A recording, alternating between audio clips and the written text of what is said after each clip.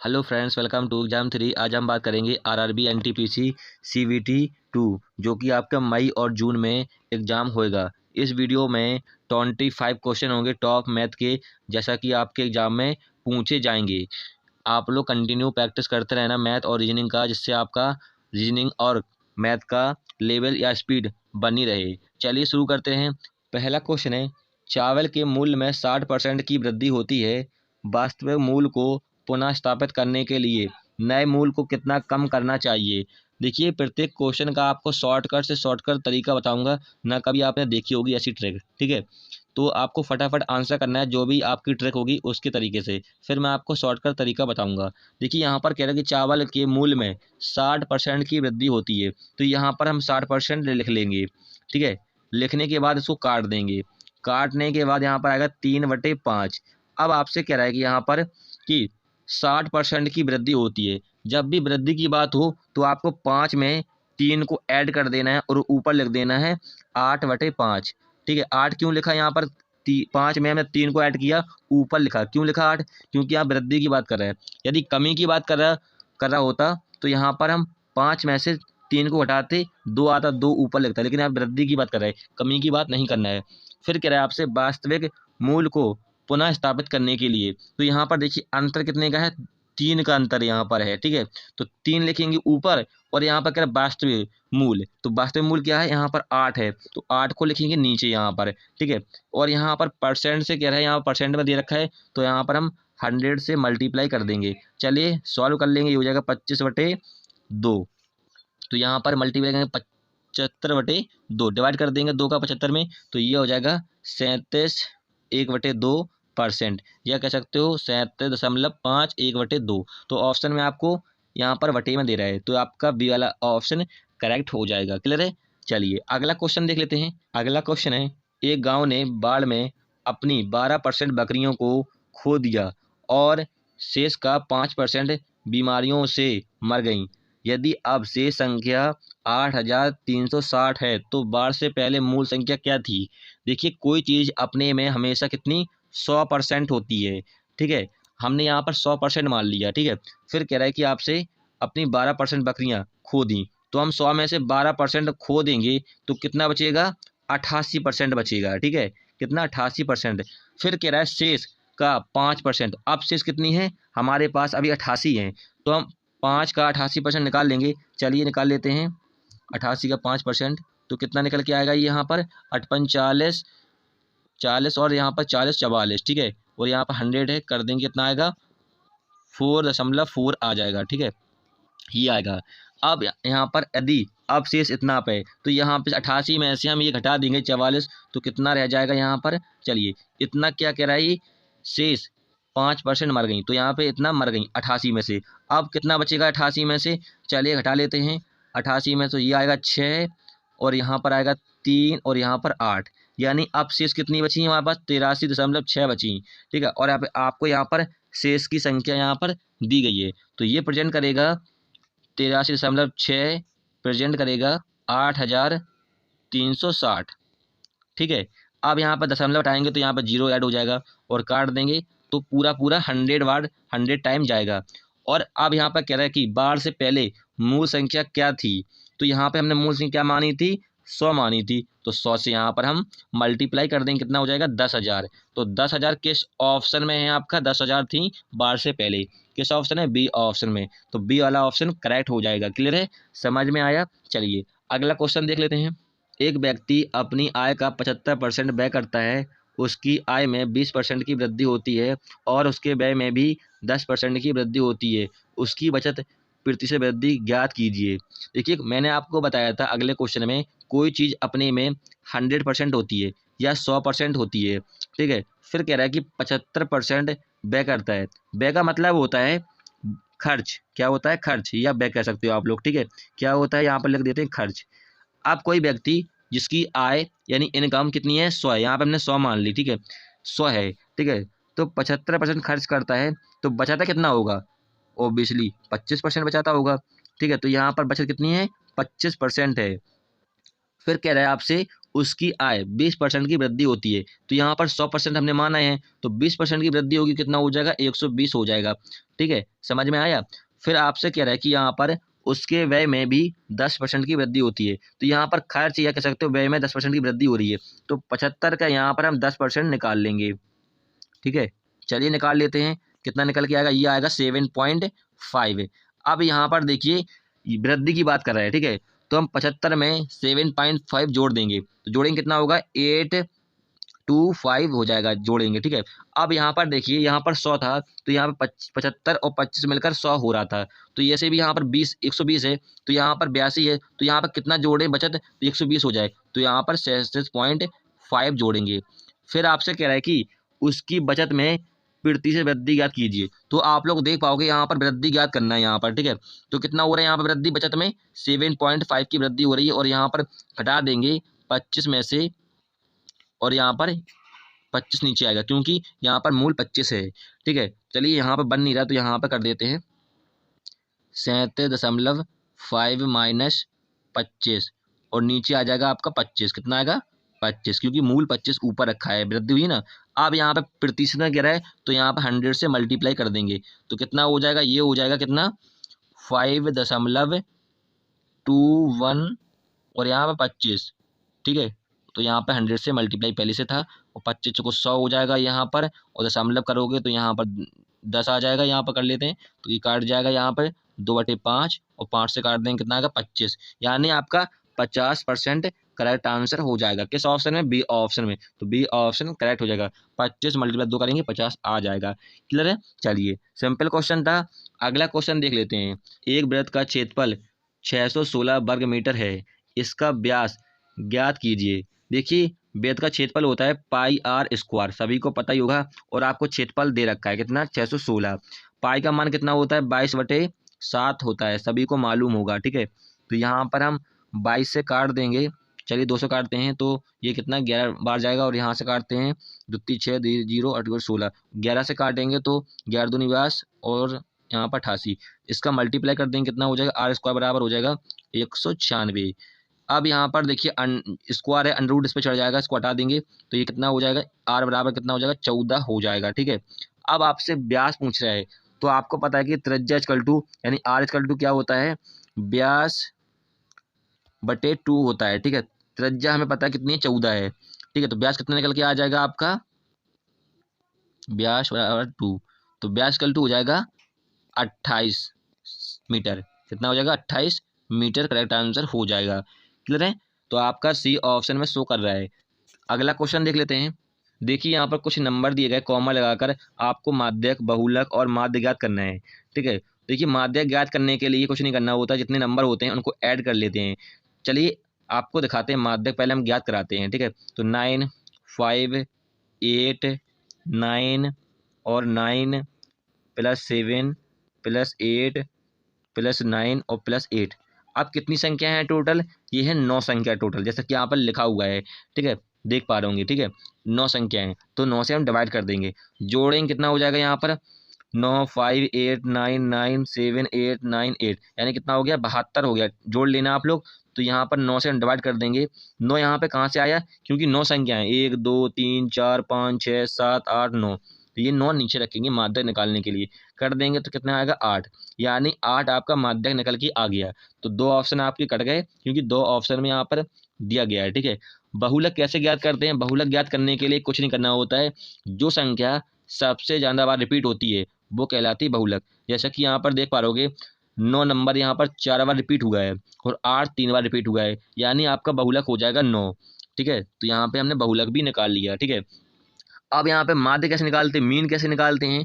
देखिए मीन निकालने के लिए पहले जो संख्या है आरोही क्रम में लगाना होता है, तो चलिए लगा लेते हैं 5 7 8 8 8 फिर 9 फिर 9 और फिर 9 और फिर 9। ठीक है, तो यहाँ पे हमने जितनी संख्या थी उनको आरोही क्रम में लगा लिया। ठीक है, अब यहाँ पर देखिए संख्या कितनी है, 9 संख्या है, तो 9 यहाँ पर देखिए 9 संख्या एक और संख्या है, तो +1 करेंगे और 2 से डिवाइड कर देंगे, तो कितना आ जाएगा ये 10 और 5 आ जाएगा, काट देंगे कितना का 5 आएगा। तो आप लोग देख पाओगे, एक यहाँ पर गिनिए, 1 2 3 4 5, 5वें नंबर पे 8 संख्या है, तो 8 आपका हो जाएगा माध्य। समझ में आया? 8 कॉमा 9 कॉमा 8, ये हो जाएगा करेक्ट आंसर। किस ऑप्शन में? सी ऑप्शन में। तो सी ऑप्शन करेक्ट हो जाएगा।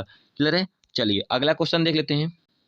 अगला क्वेश्चन यहाँ पर कह रहा है कि केंद्र सरकार ने 3 राज्यों, यहाँ पर ए बी सी इनका नाम है राज्यों का, फिर कह रहा है कि इनका अनुपात दे रखा है 2:3 के 4 अनुपात के अनुपात में बाढ़ राहत की दिशा में एक कुछ धनराशि दी गई है। ठीक है, यदि सी को ए से 400 करोड़ रुपए अधिक मिलते हैं तो बी का हिस्सा ज्ञात करना है। तो देखिए यहाँ पर कह रहा है 3 राज्य हैं ए बी सी, इनका अनुपात आपको दे रखा है कितना? 2:3:4। ठीक है, फिर आपसे कह रहा है कि सी ए से 400 करोड़ अधिक है, यानी ए से सी कितना अधिक है? 400 अधिक है, 400 करोड़, और यहाँ पे कितना अधिक है? 2 अधिक है, यानी 2 प्रेजेंट कर रहा है 400 करोड़ को।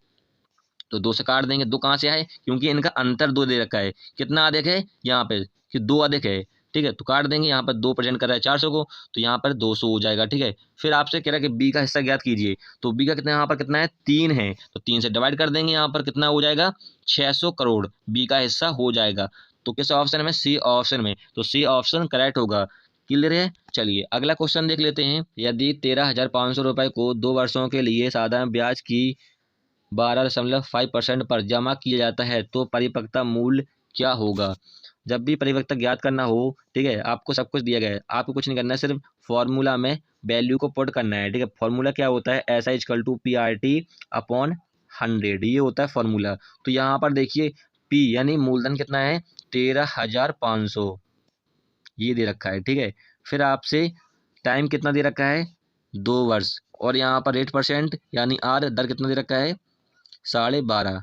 ठीक है, तो यहाँ पर 100 से डिवाइड कर देंगे, आपका आंसर आ जाएगा। तो यहाँ पर दशमलव हटाएंगे, 10 नीचे जोड़ेंगे, 5 से काटेंगे, 5 दूनी 10, 55 25, यहाँ पर 2 बार जाएगा, यहाँ से काटेंगे ये, और यहाँ पर मल्टीप्लाई कर दोगे इसमें, तो हो जाएगा 5 7 8 6 1, तो ये हो जाएगा आपका। ठीक है, तो किस ऑप्शन में है? बी वाले ऑप्शन। तो बी वाला ऑप्शन करेक्ट हो जाएगा। देखिए यहाँ पर दशमलव लगा के जीरो लगा रहा है, तो यहाँ पर दशमलव हटाओगे तो यहाँ पर जीरो आएगा, और जीरो से जीरो कट जाएगा, यानी आपका सेम आंसर इस प्रकार से आएगा, यानी आपका बी वाला करेक्ट आंसर हो जाएगा। चलिए अगला क्वेश्चन देख लेते हैं। माता और पुत्र की आयु के बीच का अंतर 21 वर्ष था जब माता की आयु 43 वर्ष थी। यदि पिता माता से 3 वर्ष बड़ा है तो पिता की आयु 50 वर्ष होने पर पुत्र और पिता की आयु के बीच का अंतर क्या होगा? देखिए यहाँ पर माता को हम शॉर्टकट में मान लेते हैं एम यानी मदर, और यहाँ पर पुत्र को शॉर्टकट में मान लेते हैं सन। इनका अंतर कितना है? 21 वर्ष है। ठीक है, फिर आपसे कह रहा है कि जब माता की आयु यानी माता यानी मदर की आयु कितनी है? 43 वर्ष थी। ठीक है, तो पुत्र की कितनी होगी? यहाँ पर हम वैल्यू को पुट कर देंगे माता की, तो पुत्र की निकल के आ जाएगी 22 वर्ष। कितनी? 22 वर्ष निकल के आ जाएगी। ठीक है, फिर आपसे कह रहा है कि यदि पिता माता से 3 वर्ष बड़ा था तो पिता की कितनी होगी? तो पिता की होगी, क्योंकि 3 वर्ष बड़ा है, तो माता कितनी है? 43 है, 3 वर्ष जोड़ दें कितना हो जाएगा? 46, तो पिता की कितनी हो जाएगी? 46 वर्ष हो जाएगी। समझ में आया? चलिए फिर कह रहा है कि तो पिता की आयु 50 वर्ष होने पर, यानी पिता की आयु कितनी होगी? 50 हो गई। ठीक है, तो पुत्र की भी कितनी हो जाएगी? यहाँ पर 26 हो जाएगी। ठीक है, और माता की कितनी हो जाएगी? 47 हो जाएगी। ठीक है, फिर आपसे कह रहा है कि पुत्र और पिता की आयु के बीच का अंतर क्या है? तो यहाँ पर देखिए पुत्र और पिता की पूछ रहा है, तो पिता की और पुत्र के बीच का अंतर कितना है? 24 वर्ष। देख पा रहे हो यहाँ पर, तो 24 वर्ष आपका करेक्ट आंसर हो जाएगा, क्योंकि यहाँ पर 26 वर्ष किसकी है? पुत्र की है, और पिता की कितनी है? 50 वर्ष हो गई थी। ठीक है, यदि माता का पूछता तो माता की 3 वर्ष दिखा रहा है, यहाँ पर 3 वर्ष बड़ा है। ठीक है, तो यहाँ पर 24 वर्ष हो जाएगी, अधिक है पिता की आयु पुत्र से। तो आपका डी ऑप्शन करेक्ट हो जाएगा। चलिए अगला क्वेश्चन देख लेते हैं। अगला क्वेश्चन यहाँ पर कह रहा है कि एक समबाहु त्रिभुज के भीतर किसी भी बिंदु खींचे गए प्रत्येक भुजा पर लंब की लंबाई दे रखी है 6, 8 और 10 सेंटीमीटर। त्रिभुज की प्रत्येक भुजा की लंबाई ज्ञात करना है। तो आपको पता है कि समबाहु त्रिभुज का क्षेत्रफल क्या होता है? आपने पढ़ा होगा 2/√3, और लंबाई आपको 3 दे रखी है, तो इनको जोड़ देंगे 6, 8 और 10। ठीक है, तो ये है समबाहु त्रिभुज का क्षेत्रफल, लंबाई आपको दे रखी है, ये कितना हो जाएगा? 24 हो जाएगा। और यहाँ पर आपको दे रखा है 2/√3। दोनों ओर क्या करेंगे हम, अंडर रूट से मल्टीप्लाई कर देंगे 3 से, ठीक है। तो ये हो जाएगा आपका 24, ये हो जाएगा आपका यहाँ पर, और यहाँ पर कितना हो जाएगा 3 हो जाएगा, काट देंगे कितना 8, और यहाँ पर मल्टीप्लाई कर देंगे 2 का, कितना हो जाएगा 8 दूनी 16 अंडर रूट 3। ये करेक्ट आंसर सेंटीमीटर में आएगा। तो किस ऑप्शन में है, सी ऑप्शन में। तो सी ऑप्शन आपका करेक्ट हो जाएगा। क्लियर है। चलिए अगला क्वेश्चन देख लेते हैं। एक खिलौने का अंकित मूल्य 60 रुपये है और छूट के साथ उसे 45 रुपये में बेचा जाता है, तो छूट की दर क्या है। यहाँ पर कह रहा है कि अंकित मूल्य कितना है, 60 रुपये है, और उसे छूट देने के बाद 45 रुपये में बेचा जाता है, ठीक है। तो यहाँ पर देख पाओगे छूट कितने की है, 15 रुपये की छूट है यहाँ पर, ठीक है। तो यहाँ पर 15 ऊपर रहेगा और यहाँ पर 60 नीचे रहेगा, क्योंकि सेट अंकित मूल्य है, 60 अंकित मूल्य है। और यहाँ पर परसेंट में पूछ रहा है, तो परसेंट के लिए हम 100 से मल्टीप्लाई करते हैं यहाँ पर, ठीक है। 15 चौको 60, और यहाँ पर ये काट देंगे कितना 25, करेक्ट आंसर हो जाएगा 25%। किस ऑप्शन में, डी ऑप्शन में। तो डी ऑप्शन करेक्ट होगा। सिंपल क्वेश्चन है। चलिए अगला क्वेश्चन देख लेते हैं। अगला क्वेश्चन यहाँ पर कह रहा है कि एक वस्तु का अंकित मूल्य 500 रुपये है, एक दुकानदार ने 5% छूट देता है और उसे फिर भी 25% का लाभ प्राप्त होता है। वस्तु का क्रय मूल्य आपको ज्ञात करना है। यहाँ पर कह रहा है कि 500 रुपये हैं और 5% छूट देता है, तो 5% हमें छूट देती है यहाँ पर, और फिर कह रहा है कि 25% लाभ प्राप्त होता है। तो यहाँ पर 25% लाभ प्राप्त कर लेते हैं, क्योंकि यहाँ पर कह रहा है क्रय मूल्य ज्ञात करना है। तो यहाँ पर 100 से 100 कटेगा, यहाँ पर काट देते हैं हम, 5 एकम 5 और पनम 45, और यहाँ पर काटेंगे 5 दूनी 10, पचम 25, ठीक है। और यहाँ से काट देंगे, ये हो जाएगा 100, और यहाँ पर 5 आएगा, फिर से काट देंगे, यहाँ पर कितना 25, यहाँ 5 से है ना, 5 दूनी 10, 20 होगा। तो ये कितना हो जाएगा 380 रुपये, करेक्ट आंसर हो जाएगा, क्योंकि यहाँ 20 का मल्टीप्लाई 19 में करेंगे, 380 करेक्ट आंसर हो जाएगा। किस ऑप्शन में, बी ऑप्शन में। तो बी ऑप्शन करेक्ट होगा। चलिए अगला क्वेश्चन देख लेते हैं, जल्दी से फटाफट उड़ाइए क्वेश्चन को। एक बैग में 1 रुपये 50 पैसे और 25 पैसे के सिक्कों के रूप में 216 रुपये हैं, तथा ये सिक्के 2:3:4 के अनुपात में 50 पैसों के सिक्कों की संख्या को ज्ञात करना है। तो यहाँ पर कह रहा है कि 1 रुपये और 50 पैसे और 25 पैसे के रूप में सिक्कों की संख्या दे रखी है 216 रुपये। देखिए यहाँ पर कि रुपए में दे रखा है आपको यहाँ पर, ठीक है। तो यहाँ पर जो पैसे हैं 50 पैसे और 25 पैसे, इनको पहले रुपए में चेंज करना पड़ेगा। तो यहाँ पर देखिए एक को एक में है, इसे पैसे में चेंज करने की जरूरत नहीं पड़ेगी, क्योंकि यहाँ पर रुपए तो 1 रुपये है, और यहाँ पर रुपए में दे रखा है। यहाँ पर देखिए 50 पैसा लिखा हुआ है, ठीक है। 50 पैसों को हम रुपये बनाने के लिए, 1 रुपये बनाने के लिए कितने पैसे जरूरत पड़ेगी, 50 पैसे की दो पैसे होंगे 50 पैसे के, तभी तो 1 रुपये बनेगा। तो यहाँ पर 1/2 से यहाँ पर हो जाएगा। और यहाँ पर देखिए यहाँ पर 25 है पैसे, तो यहाँ पर 1 रुपये बनाने के लिए कितने पैसे होंगे, 25 के 4 होने चाहिए, तो 1/4 हो जाएगा यहाँ पर, ठीक है। अब इनका अनुपात दे रखा है कितना, 2:3:4, तो यहाँ पर 2 से मल्टीप्लाई होगा, यहाँ पर 3 से होगा, क्योंकि यहाँ पर सिक्कों की संख्या दे रखी है आपको, और यहाँ पर 4 से हो जाएगा। क्लियर है। यहाँ से 4 से 4 कट जाएगा, और यहाँ पर हो जाएगा 2:3:2 अनुपात, और अनुपात 1 हो जाएगा। अब इनका एडिशन दे रखा है आपको कितना, 216 रुपये, तो इनको ऐड कर देंगे, कितना हो जाएगा ये, चलिए कर लेते हैं। यहाँ पर हो जाएगा 2 प्लस 3/2 और +1, इनका अनुपात कितना दे रखा है आपको, 216 दे रखा है, ठीक है। चलिए इनका हम एलसीएम ले लेते हैं, 2 हो जाएगा, ये हो जाएगा 4 + 3 प्लस, और यहाँ पर 2 हो जाएगा, और यहाँ पर 216, तो ये कितना हो जाएगा आपका 9/2, और यहाँ पर 216, ठीक है। चलिए काट देते हैं, तो ये कितने से कटेगा, 9 दूनी 18, 3 2 चौको 36, और यहाँ पर मल्टीप्लाई कर देंगे, कितना हो जाएगा 48, कितना आ गया 48 आ गया। अब आपसे कह रहा है कि 50 पैसे के सिक्कों की संख्या, तो आप लोग देख पाओगे यहाँ पर सिक्कों का अनुपात दे रखा है, 50 का कितना है 3 है, तो 3 से मल्टीप्लाई कर देंगे, कितना हो जाएगा यहाँ पर 144, 8 × 24, 12 14, 144 संख्या होगी 50 पैसों की संख्या का, ठीक है। तो आपका किस ऑप्शन में, बी ऑप्शन है, तो बी ऑप्शन करेक्ट हो जाएगा। समझ में आया। चलिए अगला क्वेश्चन देख लेते हैं। अगला क्वेश्चन यहाँ पर कह रहा है कि 50 लीटर के एक मिश्रण में दूध और पानी का अनुपात दे रखा है आपको 4:1, फिर कह रहा है मिश्रण का अनुपात 3:2 बनाने के लिए कितना पानी मिलाना चाहिए। यहाँ पर देखिए दूध को हम एम मान लेते हैं शॉर्टकट, यानी मिल्क, और पानी को हम वाटर मान लेते हैं। इनका अनुपात दे रखा है 4:1 दे रखा है, ठीक है। और टोटल कितना है 45 दे रखा है आपको, इनको जोड़ने पर कितना है 45 है, यानी इनको हम जोड़ देंगे कितना हो जाएगा 5 कर रहा है 45 को, काट देंगे कितना आ जाएगा 9, यानी 9 लीटर पानी है और 9 का मल्टीप्लाई 4 में करें कितना 36 लीटर हो जाएगा क्या मिल्क यानी दूध। फिर कह रहा है कि मिश्रण का अनुपात कितना 3:2 बनाने के लिए 3:2 बनाने के लिए कितना लीटर पानी मिलाना होगा। तो यहाँ पर देखिए हम 15 यहाँ पर प्लस करेंगे, यहाँ पर 9 में कितना हो जाएगा 24, ठीक है 12 से काट देंगे तो 12 36 12 दूनी 24 यानी 3:2 आ गया, यानी हमें 15 लीटर पानी मिलाना होगा। तो आपका किस ऑप्शन में है सी ऑप्शन में, तो सी ऑप्शन करेक्ट होगा। अब आप लोग कैसे लॉजिक लगाओगे यहाँ पे कितना पानी मिलाना है हमें, तो आप लोग ऑप्शन से मिला सकते हो। 72 मिलाओगे यहाँ पर 9 में होगा नहीं होगा, 24 मिलाओगे 9 में तो होगा, कटेगा 12 से नहीं कटेगा, और 12 से तभी कटेगा।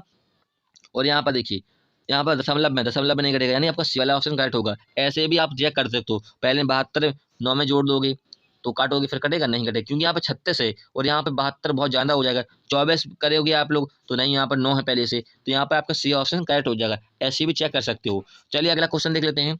अगला क्वेश्चन यहाँ पर आ गया, कह रहा है कि ए ने 4500 रुपये के साथ एक व्यवसाय प्रारंभ किया और एक अन्य व्यक्ति बी कुछ अवधि के बाद 3000 रुपये के साथ शामिल हो गया।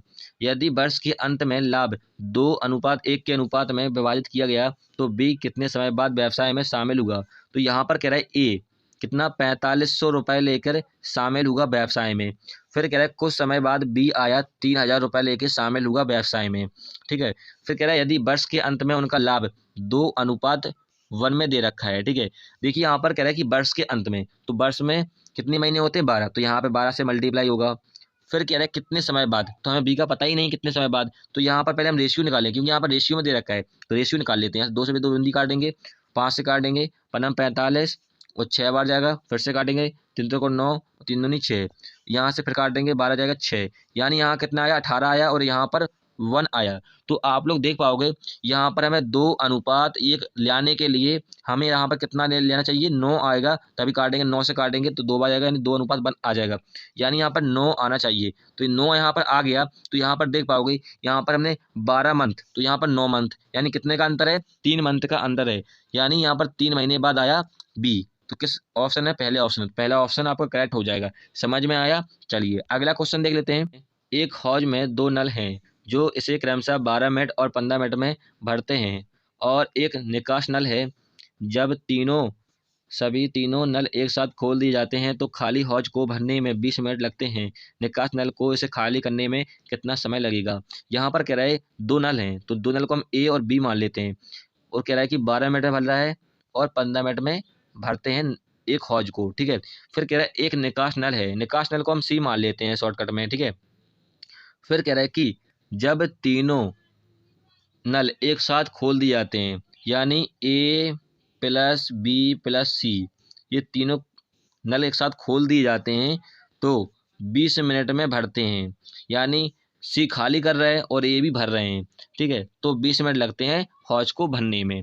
तो इनका लासा ले लीजिए आप 12 15 और 20 का, तो यहाँ पर कितना आएगा 60 आपका एलसीएम आएगा। इनको यहाँ पर लिख लें कितना होगा, ये टोटल टाइम दे रखा है आपको, टोटल टाइम है जी, टोटल टाइम है 60 मिनट है, ठीक है। यहाँ पर टोटल निकालना पड़ेगा, टोटल निकालने की कुछ नहीं करना है, 12 15 20 का लासा ले लेना है, एलसीएम ले लेना है, तो यहाँ पर लिख देना है, ठीक है।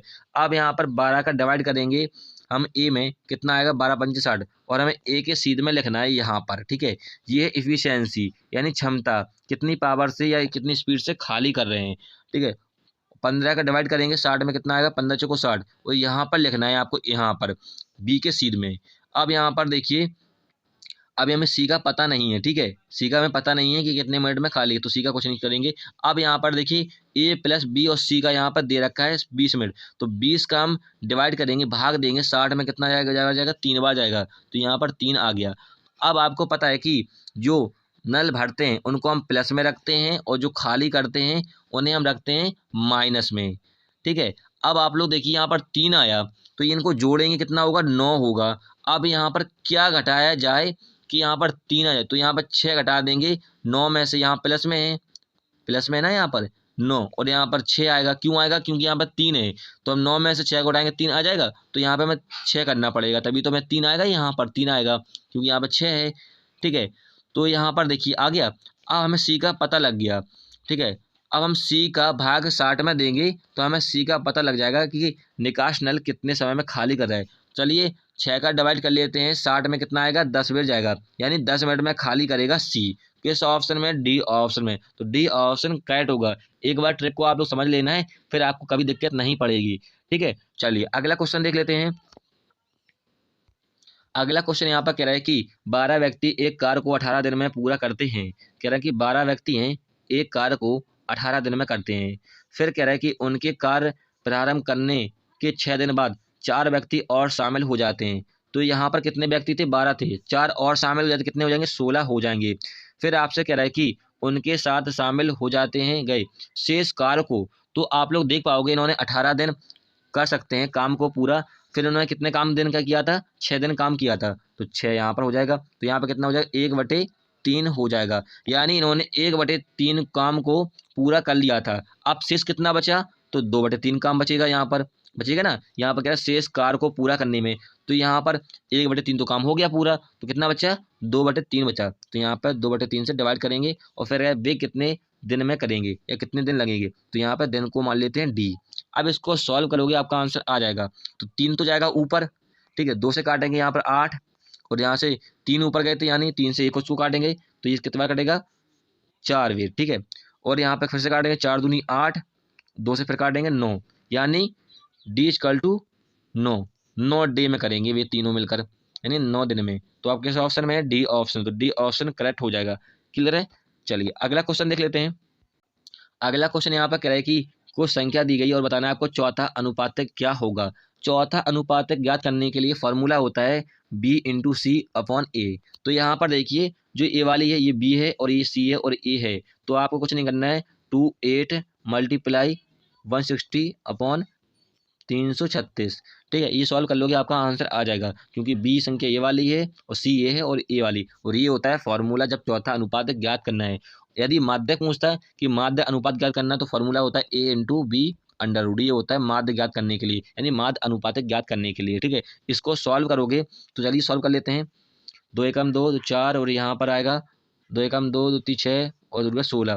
फिर से काट देंगे तो यहाँ पर 72 होगा, और यहाँ पर कितना होगा, 2 16 4 हो जाएगा। फिर से काटेंगे यहाँ पर 36 होगा, और यहाँ पर काटोगे तो यहाँ पर कितना होगा, 4 42 हो जाएगा। फिर से काटोगे तो यहाँ पर कितना होगा, 6 से काट लेते हैं, 6 36 होगा, 7 42, यहाँ पर कितना होगा, 7 42। 7 से काट दोगे 7 दूनी 14 होगा, 7 21 हो जाएगा, 7 या 21, ठीक है। इस पर मल्टीप्लाई करोगे 6 18 138, तो 138 करेक्ट आंसर हो जाएगा आपका। किस ऑप्शन में, सी ऑप्शन में। तो सी ऑप्शन करेक्ट होगा। क्लियर है। चलिए अगला क्वेश्चन देख लेते हैं। अगला क्वेश्चन यहाँ पर कह रहा है कि समान दर पर 2 वर्षों में अर्जित साधारण ब्याज और चक्रवृद्धि ब्याज क्रमशः 4000 और 4180 रुपये है, तो ब्याज की दर वार्षिक क्या होगी। देखिए सिंपल तरीका बताऊंगा। यदि आप लोग सिंपल तरीके से करोगे तो कुछ नहीं करना है, यहाँ पर आपको प्रिंसिपल यानी मूलधन एक्स मान लेना है, और 2 वर्षों के लिए कह रहा है यहाँ पर, 2 वर्षों के लिए, तो यहाँ पर मान लेना पहले साल का और दूसरे साल का, ठीक है। और यहाँ पर कह रहा है कि आपको SI यानी साधारण ब्याज कितना, 4000 दे रखा है, तो 4000 2000 यहाँ पर करेंगे पहले साल पर, और दूसरे साल पर करेंगे 2000। जब हम इन दोनों को मिलाते हैं तो ये बनता है साधारण ब्याज, जिसे बोलते हैं SI, ठीक है। फिर देखिए यहाँ पर इसको निकाल लेते हैं। यहाँ पर कितना है, 180, यानी 4180, यानी 180 यहाँ पर लिखेंगे, सिर्फ 180। ये निकल के आया आपका CI-SI, जिसे बोलते हैं चक्रवृद्धि ब्याज और साधारण ब्याज का अंतर, 180। अब आप लोग इसको और पहले साल और दूसरे साल का और 180 जोड़ोगे तो ये होता है सिर्फ चक्रवृद्धि ब्याज, ठीक है। और ये 180 देखोगे सिर्फ, तो ये होता है साधारण ब्याज और चक्रवृद्धि ब्याज का अंतर है, ठीक है। अब आप लोग देख पाओगे 2000 पर यहाँ पर 180 आया है, यानी कितना परसेंट लगा यहाँ पर, तो 2000 पर हम 9% निकाल लेंगे, कितना आ जाएगा आपका, 180 आ जाएगा, जैसे कि यहाँ पे लिखा हुआ है। यानी हमारा रेट परसेंट कितना लग रहा है, 9%, और हमें दर ज्ञात करनी थी, यानी रेट परसेंट ज्ञात करना है, तो आपका 9% करेक्ट आंसर हो जाएगा, जैसे कि यहाँ पर देख पा रहे होंगे। तो इसका सी ऑप्शन करेक्ट होगा। इस मेथड से चक्रवृद्धि ब्याज, साधारण ब्याज और अमाउंट, यानी इसे बोलते हैं मिश्र धन और मूलधन, सब कुछ ज्ञात कर सकते हो। तो इसका सी ऑप्शन करेक्ट होगा। समझ में आया। चलिए अगला क्वेश्चन देख लेते हैं। देखिए यहाँ पर श्रृंखला दी गई है और यहाँ पर आपको x का मान ज्ञात करना है। सिंपल क्वेश्चन है, ज्ञात कर लेंगे, ठीक है। चलिए इसका आंसर आप लोग कमेंट बताएंगे। चलिए अगला क्वेश्चन देख लेते हैं। अगला क्वेश्चन यहाँ पर कह रहा है कि एक संख्या में पहले 20% की वृद्धि होती है, फिर 20% की कमी होती है, अंत में संख्या है। देखिए इसका फॉर्मूला होता है X plus Y minus X multiply Y upon 100, ये होता है फॉर्मूला। तो यहाँ पर वृद्धि हो रही है तो इसको एक्स मान लेते हैं, इसको वाई मान लेते हैं, ठीक है। चलिए वैल्यू फॉर्मूला हम पुट कर देते हैं। तो 20 प्लस 20 माइनस 20 मल्टीप्लाई 20, ठीक है, और यहाँ पर 100 काट देंगे। यहाँ पर हो जाएगा आपका 40 माइनस 4 यानी कितना, 36। अब आप लोग देख पाओगे यहाँ पर कितना था हमारा, 20 और 20 कितना था, 40 था, ठीक है। और यहाँ पर कितना आया हमारा, 36 आया, यानी 4% की हमें कमी हो गई है।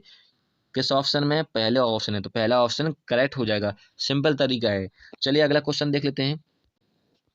अगला क्वेश्चन यहाँ पर कह रहा है कि एक परीक्षा में 34% छात्र गणित में और 42% अंग्रेजी में अनुत्तीर्ण होते हैं। अनुत्तीर्ण का मतलब होता है फेल हो जाते हैं। यदि 20% छात्र दोनों विषय में अनुत्तीर्ण हुए यानी फेल हुए, तो दोनों विषय में उत्तीर्ण हुए छात्रों का प्रतिशत ज्ञात करना है। यहाँ पर कह रहा है कि मैथ में यानी गणित में कितने, 34%, फिर आपसे कह रहा है कि अंग्रेजी में कितना, 42%, और दोनों विषय में 20% अनुत्तीर्ण यानी फेल हुए हैं। अब आप लोग देख पाओगे तो आप यहाँ पर ज्ञात करना है कि दोनों विषय में उत्तीर्ण यानी पास होने वाले छात्र कितने हैं। तो इनको ऐड करो, कितना हो जाएगा, ये हो जाएगा 76, ठीक है। और यहाँ पर कितना, 20% यहाँ पर फेल हो रहा है दोनों विषय में, तो ये भी घटा देंगे, कितना हो जाएगा, ये 6 और 5 यानी 56 आया, ठीक है। तो कितना होता है, 100 होता है। आपको पता है कि 100 होता है परसेंट, कोई चीज़ अपने में 100% होती है। तो 56 घटा देंगे 100 में से कितना आएगा, 44%। तो 44% उत्तीर्ण हुए हैं दोनों विषय में। तो आपका किस ऑप्शन में, डी ऑप्शन में। तो डी ऑप्शन करेक्ट हो जाएगा। क्लियर है। चलिए अगला क्वेश्चन देख लेते हैं। एक मशीन का मूल्य 10% वार्षिक दर से कम होता है, यानी कह रहा है कि एक वर्ष में 10% कम हो रहा है। यदि इसका वर्तमान मूल्य 1,62,000 रुपये है, तो 2 वर्ष पहले इसका मूल्य क्या था। तो यहाँ पर कुछ नहीं करना है, आपको जो वैल्यू लिखी है 1,62,000, इसको लिख लेना है। 10% कम हो रहा है, चलिए तो 100 में से हम 10% कर देते हैं। 2 वर्ष का कह रहा है तो 2 बार करेंगे, क्योंकि 2 वर्ष का कह रहा है ना, तो 2 बार कर देंगे। 100/90, 10% कम कह रहा है ना, वार्ष से कम होता है, तो यहाँ पर 100 में से हम 10 कम किया है यहाँ पर, ठीक है। चलिए काट देते हैं, यहाँ से 0 से 0 2 बार कट जाएगा, और यहाँ से ये काटेंगे, ये 2 टाइम जाएगा, तो कितना आ गया, 0,0,0,0 यानी 2 लाख। करेक्ट आंसर आपका हो जाएगा। किस ऑप्शन में है 2 लाख, पहले वाले ऑप्शन है, पहला वाला करेक्ट आंसर हो जाएगा। सिंपल क्वेश्चन है। चलिए अगला क्वेश्चन देखते हैं। अगला क्वेश्चन कह रहा है कि किसी छात्र ने एक संख्या को 5/3 के बजाय 3/5 से गुणा कर दिया, गणना में प्रतिशत त्रुटि क्या होगी। यहाँ पर कह रहा है एक छात्र ने 3/5 के बजाय उसने 3/5 से गुणा कर दिया। आपको कुछ नहीं करना है, बस 5 का मल्टीप्लाई 5 में कीजिए, 3 का मल्टीप्लाई 3 में कर दीजिए, कितना होगा, ये 9 होगा, और ये कितना होगा, 25 हो जाएगा। इनका अंतर देखिए कितना है, 16 अंतर है, तो 16 लिखेंगे ऊपर, और जो है मूल है क्या है, 25 है, 25 लिखेंगे यहाँ पर नीचे, ठीक है। अब हमें प्रतिशत में ज्ञात करना है, तो 100 से मल्टीप्लाई कर देंगे यहाँ पर। 25 को 100, और 100 का 4 का मल्टीप्लाई 16 में करेंगे, कितना होगा, 64। तो 64% यहाँ पर गलती हो गई, यानी आपका करेक्ट आंसर होगा 64%। किस ऑप्शन में, सी ऑप्शन में, तो सी ऑप्शन करेक्ट होगा। चलिए अगला क्वेश्चन देख लेते हैं। एक संख्या का 13% उसी संख्या के 5% से 16 अधिक है, तो संख्या है। तो यहाँ पर कह रहा है कि एक संख्या को हम मान लेते हैं एक्स, का मतलब होता है गुणा, ठीक है, 13%। फिर कह रहा है उसी संख्या को हमने एक्स माना था, तो एक्स 5% से कितना देगा, 16। जब भी अधिक की बात हो तो बस बीच में माइनस लगा देना, बस अधिक की बात हो, ठीक है। चलिए इसको सॉल्व कर लेंगे। इसका एलसीएम आएगा आपका, लासा 100 आएगा, और यहाँ पर कितना हो जाएगा, 13x minus 5x equal to 16। तो यहाँ पर हो जाएगा कितना, 8x, इसको घटा देंगे ना, 8x यानी 8x इक्वल टू कितना हो जाएगा, 1600 हो जाएगा आपका। तो 8 से काट देंगे, कितना, 200 आ जाएगा, ठीक है। तो आपका जो संख्या है वो 200 है। किस ऑप्शन में है आपका, डी ऑप्शन में, तो डी ऑप्शन आपका करेक्ट हो जाएगा। चलिए अगला क्वेश्चन देख लेते हैं। अगला क्वेश्चन यहाँ पर कह रहा है कि एक परीक्षा में किसी छात्र ने उत्तीर्ण होने के लिए, पास होने के लिए अधिकतम 35% अंक प्राप्त करने थे, उसने 125 अंक प्राप्त किए हैं। फिर आपसे कह रहा है कि और 40 अंक से अनुत्तीर्ण यानी फेल हो गया, अधिकतम अंक ज्ञात करना है, यानी जो प्रश्न पत्र था वो कितने का आया था। तो उसने कितने 33% मार्क्स यानी 125 अंक प्राप्त किए और 40 अंकों से फेल हो जाता है, उनको जोड़ देना है जितने अंकों से फेल होता है यानी अनुत्तीर्ण होता है। इनको जोड़ देंगे कितना हो जाएगा 105 और यहाँ पर 165 हो जाएगा। 165 5 और 6 165 हो जाएगा। अब यहाँ पर देखिए यहाँ पर 33% था तो परसेंट को हटा देंगे, यहाँ पर दो बिंदी जोड़ देंगे। परसेंट का मतलब दो बिंदी, ठीक है, यानी 100 होता है ना, तो यहाँ पर परसेंट को हटा के दो बिंदी यहाँ पर लगा देंगे। काट देंगे कितने बार जाएगा 5 टाइम जाएगा, यानी 500 अंक का था आपका प्रश्न पत्र है। अधिकतम अंक किस ऑप्शन में, पहले वाले ऑप्शन है, तो पहला वाला ऑप्शन करेक्ट हो जाएगा। चलिए अगला क्वेश्चन देख लेते हैं। अगला क्वेश्चन यहाँ पर देखिए, यहाँ पर आपको ऐड करना है, एडिशन करना है। तो आपको कुछ नहीं करना है, आपको दशमलव को दशमलव के सीधे में लिखना है, ठीक है। तो यहाँ पर ये वाली वैल्यू की वहाँ पर लिखेंगे, दशमलव को दशमलव के सीधे में लिखना है आपको, ठीक है। चलिए लिख लेते हैं यहाँ पर, और इस प्रकार से, ठीक है। तो यहाँ पर 3 होगा, यहाँ पर 5 होगा, यहाँ पर 6 होगा, और यहाँ पर कितना होगा 4 होगा, और यहाँ पर 2 होगा, और यहाँ पर होगा। इस प्रकार की संख्या किस ऑप्शन में है, सी वाले ऑप्शन में। तो सी वाला ऑप्शन करेक्ट होता है। जब भी दशमलव को हमें ऐड करना है तो दशमलव के सीधे में दशमलव लिखते हैं। चलिए अगला क्वेश्चन देख लेते हैं। एक पाइप एक टंकी को 9 घंटे में भर सकता है। यदि टंकी के तल में रिसाव होने के कारण टंकी 10 घंटे में भरती है, यदि टंकी भरी है तो रिसाव से वह कितने समय में खाली हो जाएगी। यहाँ पर कह रहा है एक पाइप को मान लेते हैं ए, 9 घंटे में टंकी को भरता है। फिर कह रहा है टंकी के तल में रिसाव को हम मान लेते हैं बी, ठीक है। फिर आपसे कह रहा है कि टंकी कितने 10 घंटे में भर जाएगी, ठीक है। तो ये प्लस बी मान लेते हैं कितने 10 घंटे में भर जाती है। चलिए इनको फिर से वैसे ही कर लेते हैं, इस प्रकार से हमने आपको बताया था, ठीक है। देखिए जो टंकी भरती है उसको रखते हैं प्लस में, जैसा कि पहले हमने बताया था, और इसको रिसाव हो रहा है इसको माइनस में रखते हैं, ठीक है। 9 और 10 का हम एलसीएम ले लेंगे, कितना आएगा 90 आ जाएगा, ठीक है। 9 का डिवाइड हम 90 में करेंगे कितनी बार जाएगा 10 बार जाएगा, और 10 का यहाँ पर डिवाइड करेंगे 90 में, यहाँ पर लिखिए सीधे में लिखते हैं यहाँ पर, जैसा कि यहाँ पर 10 का डिवाइड किया है 90 में तो यहाँ पे ही लिखेंगे, तो यहाँ पर 9 आ गया। अब यहाँ पर देखिए 10 में से हम कितने घटाएं कि 9 आ जाए, यहाँ पर 1 घटाएंगे, कितना 1 घटाएंगे। अब यहाँ पर बी का रिसाव था हमारा, बी रिसाव था ना, तो 1 का डिवाइड हम 90 में कर देंगे तो 90 घंटे में रिसाव से खाली हो जाएगी टंकी। तो 90 घंटे किस ऑप्शन में है, सी ऑप्शन में। तो सी ऑप्शन आपको करेक्ट हो जाएगा। समझ में आया। चलिए अगला क्वेश्चन देख लेते हैं। अगला क्वेश्चन यहाँ पर कह रहा है कि एक निश्चित राशि पर 5% प्रति वर्ष की दर से 2 वर्ष के लिए चक्रवृद्धि ब्याज और साधारण ब्याज के बीच का अंतर आपको दे रखा है 41 है, तो वह धनराशि क्या होगी। देखिए आपको सिंपल से सिंपल तरीका बताऊंगा, आपको कुछ नहीं करना है। यहाँ पर देखिए CI और SI का अंतर दे रखा है आपको, ठीक, कितना 41 का डिवाइड किस ऑप्शन में चला जाएगा वो आपका करेक्ट आंसर हो जाएगा। 72 में जाएगा, नहीं जाएगा। 84 में जाएगा, नहीं जाएगा। और यहाँ पर 96 में जाएगा, नहीं जाएगा। इसमें देखते हैं 4 एकम 4 16, यहाँ डी ऑप्शन में चला जाएगा, यानी आपका डी ऑप्शन करेक्ट हो जाएगा। जॉन के वेतन में 10% की कमी की गई है। वेतन को उसकी मूल राशि में वापस लाने के लिए इसे कितना बढ़ाना जाना चाहिए। यहाँ पर देखिए पहले भी मैं आपको बता चुका हूँ, यहाँ पर कुछ नहीं करना है, जो 10% लिखा है इसको 10% लिख लीजिए आप लोग, ठीक है। इसको काट देंगे कितना आएगा 1/10 आ जाएगा। फिर देखिए यहाँ पर क्या कमी की गई है, तो कमी 10 में से हम 1 को घटा देंगे कितना आएगा 9 आएगा। 9/10 उन दोनों को हम ऊपर लिखेंगे। क्यों लिखा गया है, क्यों घटाया गया है, क्योंकि घटाने का मतलब है कमी। यदि वृद्धि होती तो 10 में हम 1 को जोड़ते कितना हुआ 10, 11 हो जाता, तो 11 ऊपर लिखते हैं हमें, ठीक है। लेकिन यहाँ पे कमी की गई है, घटाया गया है, ठीक है। और हमने 1 ऊपर था तो हम ऊपर ही लिखेंगे इसको, ठीक है। तो 9 आया, 10 में से 1 को घटाया, कमी की गई है तो यहाँ पर 9 आ गया। फिर आपसे कह रहा है कि वेतन को उसकी मूल राशि, तो आप लोग देख पाओगे यहाँ पे अंतर कितने का है, 1 का अंतर है। मूल राशि क्या है हमारी अब 9 है, तो 9 नीचे आ जाएगी। प्रतिशत में दे रखा है आपको, तो 100 से मल्टीप्लाई कर दीजिए, ठीक है। कितनी बार जाएगा 99, 99 और 1/9%, तो ये हो जाएगा आपका करेक्ट आंसर। किस ऑप्शन में, बी ऑप्शन है, तो बी ऑप्शन करेक्ट होगा। चलिए अगला क्वेश्चन देख लेते हैं। यदि एक स्कूल में 70% छात्र लड़के हैं और लड़कियों की संख्या 504 है, तो लड़कों की संख्या कितनी है। देखिए यहाँ पर बॉय यानी लड़कों को कितना परसेंट दे रखा है, 70% दे रखा है। यदि 70% बॉय हैं यानी लड़के हैं, तो गर्ल कितनी होगी, लड़की कितनी होगी 30% होगी, क्योंकि कोई चीज़ अपने में 100% होती है, और मैंने भी आपको कई बार बताया है, ठीक है। अब यहाँ पर देखिए लड़कियों का परसेंट कितना है 30% है, और हमें संख्या भी दे रखी है 504, तो 30% प्रेजेंट करेगा किसको, 4 को दर्शाता है। तो यहाँ पर परसेंट हटाएंगे, 0 लगाएंगे 2, 30 से भाग दे देंगे, 500 यहाँ पर काटेंगे इसको। चलिए काट देंगे, 3 एकम 3, चित्ती 18 और 8 24 और 0 कितना आएगा 1680 आया। फिर कह रहा है कि लड़कों की संख्या ज्ञात करना है। तो लड़कों का कितना दे रखा है यहाँ पर 70%। तो 1680 का हम कितना निकालेंगे 70% निकाल लेंगे।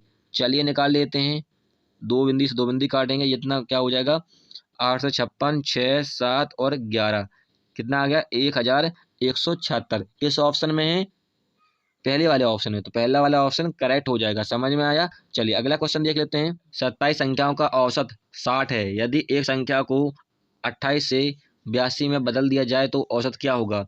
यहाँ पर कह रहा है 27 संख्याओं का औसत कितना है 60 दे रखा है। फिर आपसे कह रहा है कि 28 से 82 में बदल दिया जाए। जो बदल दिया जाता है, जैसे कि यहाँ पर 82 बदल गया, इसको रखते हैं माइनस में, और ठीक है, और 28 से बदल रहे हैं तो इसको रखते हैं प्लस में, ठीक है। और यहाँ पर क्या औसत ज्ञात करना है। तो यहाँ पर कितनी संख्या है, टोटल 27 संख्या है। तो 27 से यहाँ पर डिवाइड कर देंगे। चलिए सॉल्व कर लेते हैं। यहाँ पर होगा 0, 7 42, 4 और यहाँ पर 12 और 16 और यहाँ पर घटा देंगे, कितना आएगा 4 और 54, ठीक है। और यहाँ पर 27 से यहाँ पर डिवाइड कर देते हैं। चलिए यहाँ पर होगा 6 हो जाएगा, और यहाँ पर 6 और यहाँ पर 5 और 1 और यहाँ पर 27 हो जाएगा। अब यहाँ पर 27 से डिवाइड कर देंगे, तो 8 से 56, 8 और 5, तो ये पूरा पूरा काटेगा 58 वेर, यानी 58 करेक्ट आंसर हो जाएगा। किस ऑप्शन में, बी ऑप्शन में। तो बी ऑप्शन आपको करेक्ट आंसर हो जाएगा। चलिए अगला क्वेश्चन देख लेते हैं। देखिए यहाँ पर मल्टीप्लाई और यहाँ पर डिवाइड आपको सॉल्व करना है और बताना किसके बराबर है। तो यहाँ पर चलिए सॉल्व करें। यहाँ पर हो जाए 55 25, 2 संख्या बाद यहाँ पर दशमलव लगाए तो 2 संख्या बाद दशमलव लगा देंगे। यहाँ पर माइनस करेंगे, यहाँ पर 55 25 हो जाएगा, और यहाँ पर देखिए 3 संख्या बाद दशमलव लगाए तो 3 दशमलव संख्या के बाद दशमलव लगा देंगे, घटा देंगे तो ये हो जाएगा 0.225। किस ऑप्शन में है आपका, बी वाले ऑप्शन। तो बी वाला ऑप्शन करेक्ट हो जाएगा। चलिए अगला क्वेश्चन देख लेते हैं। एक 120 मीटर लंबी ट्रेन प्लेटफॉर्म पर खड़े एक आदमी को 10 सेकंड में पार करती है। ट्रेन की गति क्या होगी। देखिए यहाँ पर मीटर प्रति सेकंड में आपको ज्ञात करना है, और मीटर प्रति सेकंड में आपको ज्ञात दे रखा है, ठीक है। तो इसका फॉर्मूला होता है D=ST। डी यहाँ पर डिस्टेंस है, एस यहाँ पर स्पीड है, टी यहाँ पर टाइम है। तो यहाँ पर देखिए दूरी कितनी है 120 मीटर है, और टाइम यहाँ पर कितना दे रखा है 10 सेकेंड। तो यहाँ पर स्पीड कितनी होगी 12 मीटर प्रति सेकेंड आपकी स्पीड हो जाएगी, ठीक है। इस ऑप्शन में है पहले वाला ऑप्शन, पहला वाला ऑप्शन करेक्ट हो जाएगा। चलिए अगला क्वेश्चन देख लेते हैं।